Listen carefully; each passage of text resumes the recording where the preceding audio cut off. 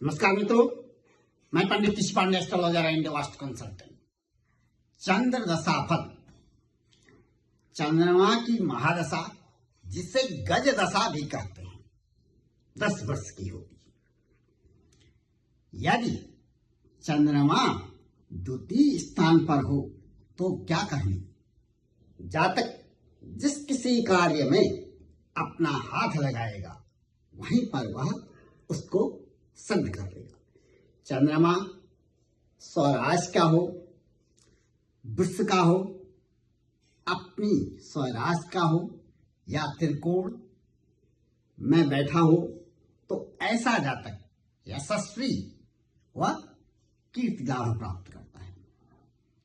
ऐसा जातक जहां कहीं भी रहता है आसपास में अपना वर्चस्व स्थापित कर लेता है। ऐसे जातक के पास उच्च शिक्षा होती है। शिक्षा में वह कौशलतापूर्ण कार्य करता है। शिक्षण क्षेत्र में यदि वह रहे तो बहुत नाम रोशन करता है। ऐसा जातक मन से भी यशस्वी होता है और सौम्य प्रकृति का होता है। चंद्रमा जो है उसको यश, कीर्ति, लाभ और सद्गुणी बनाता है। देखने में वह अति सुंदर होता है, विनम्र स्वभाव का होता है। चंद्रमा जो है उच्च का चंद्रमा होगा तो आदमी विनम्र स्वभाव का हो जाएगा और जिस किसी कार्य में वह हाथ लगाएगा उसी में सिद्धि प्राप्त कर लेगा। अपने बाहुबल से अपना भाग्य ऐसा जातक स्वयं बनाता है। चंद्रमा धनोपार्जन भी कराता है।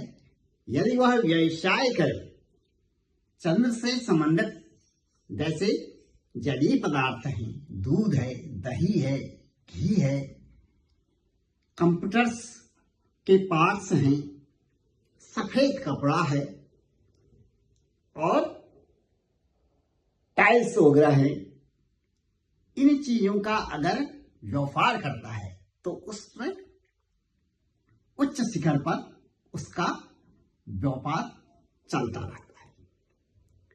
ऐसा जातक अगर इनसे संबंधित जैसे टाइल्स हैं या मशीनरी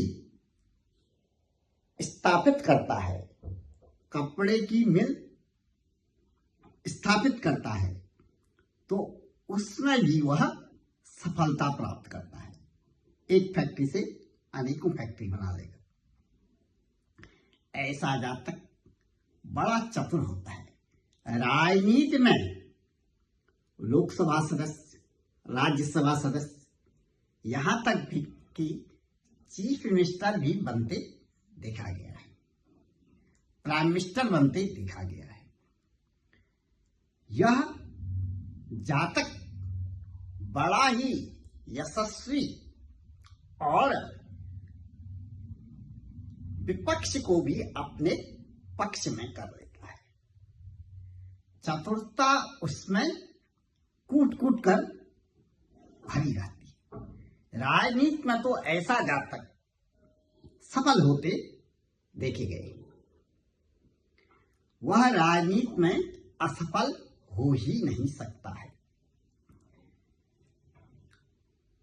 राज्य कर्मचारी में भी उच्च शासकीय पद ऐसा शासक प्राप्त करता है। धनोपार्जन के लिए वह अनेक रास्ते अपनाता है, अकूत संपत्ति प्राप्त करता है। ऐसा जातक धनाढ्य होता है। पत्नी उसकी विदुषी होती है और चंचल प्रकृति की होती है।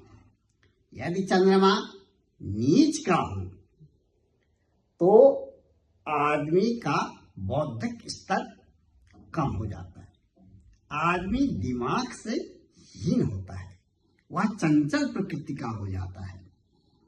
वह संचित धन को खत्म कर डालता है।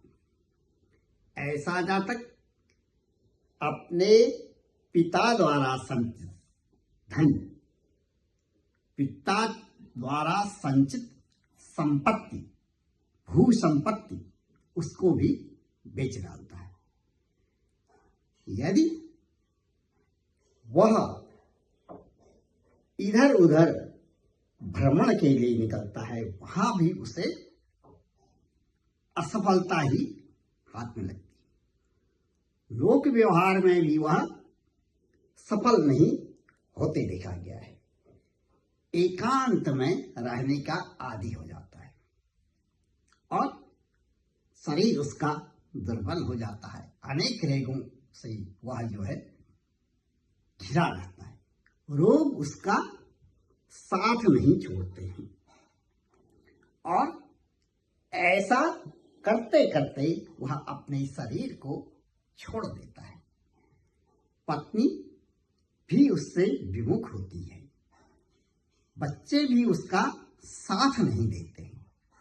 उसका धन अग्निकांड में, मुकदमेबाजी में या डॉक्टर के पास जाकर उस धन को वह खर्च कर डालता है। यह चंद्रमा के फल है। जय मां।